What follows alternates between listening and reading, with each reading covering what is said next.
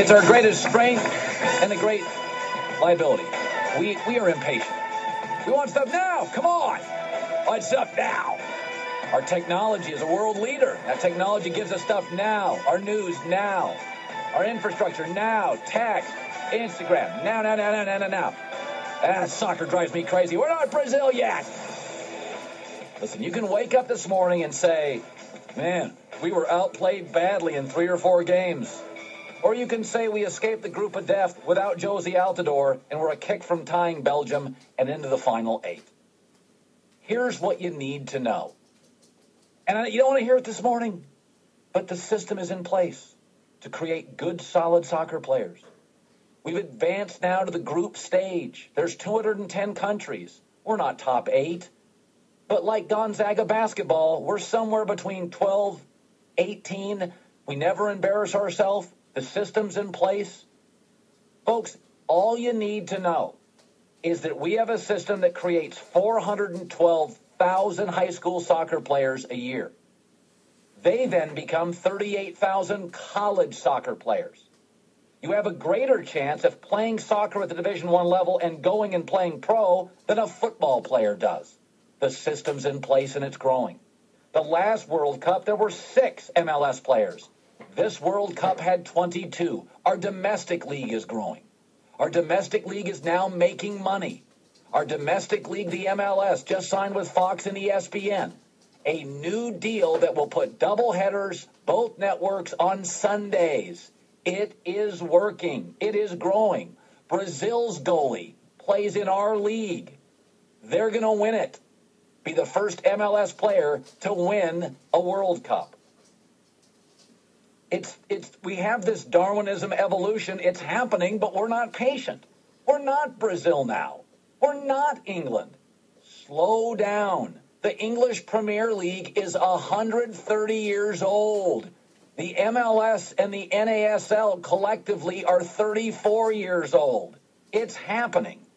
20 years, the MLS has gone from 3 franchises in empty stadiums to 19 venues averaging 18,000 a game.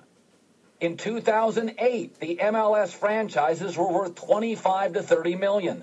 They're now 103 million on average and profitable. From 3 to 10 to 19, they're all making money. Fox and ESPN, because they paid enormous sums for the World Cup, have a stake in it. They are overpaying for MLS rights and putting them in Sunday slots outside of the NFL. It's happening. It's slow. Be patient. It's growing.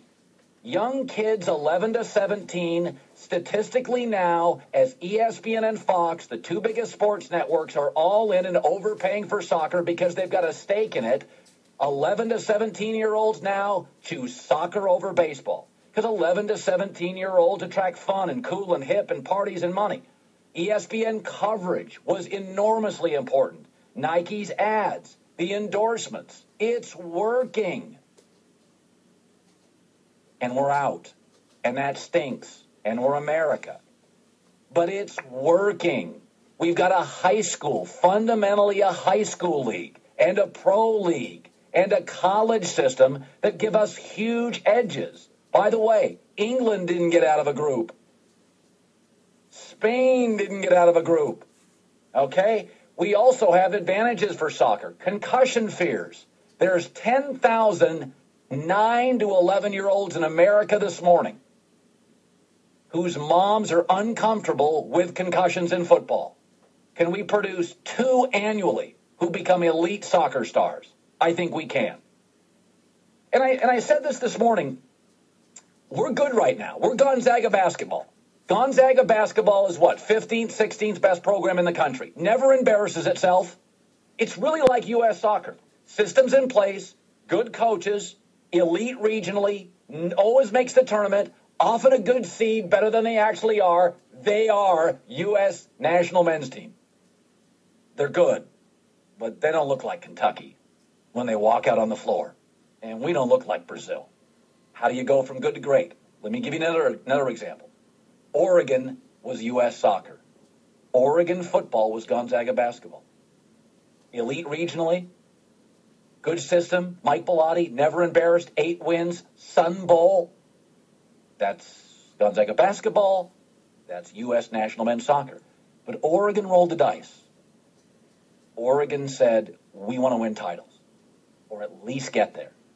And Gonzaga's not comfortable doing this, and I'm not sure if the U.S. men's national team is either. But Oregon said, we're going to get uncomfortable. We're going to market ourselves, neon outfits, never wear the same uni, recruit kids that could be a little uncomfortable in Eugene, and talent accumulation is the name of the game. Is U.S. soccer with this system in place, and it's really solid, and we're never going to embarrass ourselves, are we willing to get a little uncomfortable? What do you mean? Marketing. Edgier. By the way, the MLS already has, to buy a team, you've got to have an academy. That academy is incentivized to create your own players. The system is outstanding in this country. We're bigger. We produce, like Belgium does chocolate and beer, we produce athletes. Summer Olympics, Winter Olympics, NBA, NFL. We are doing it. It's taking time. My theory is to get good to great, we've got to continue to get a little uncomfortable. Do what you got to do with ESPN. Do what you got to do with Fox. Do what you got to do with Coke. Do what you got to do with Mountain Dew. Do what you got to do with the headphone companies. Get a little hip-hop, a little fun, a little rough, a little edgy. Go places where you may not think works for the current soccer evolution. But we're getting there. Be patient. Take a breath. We shouldn't be Belgium. Their soccer leagues are older. They've been doing it forever. It's part of their culture. You know, sometimes, folks, in this world we live in, there's what cultures create things. In the South, it's religion and college football. Shocker. They create lots of great teams. In Belgium, somebody invented in 1912 the praline. It became an economic power for Belgium. They create the world's best chocolate. California creates 50% of the nuts, fruits, vegetables. Why? Weather advantage. It's not deeply embedded quite yet in our culture, but the system's in place. It's slowly getting there, from FIFA video games to Fox and ESPN promoting it, to the soccer academies, to the growth of the MLS. Just give it time. There were a lot of weak groups. We got out of the best one.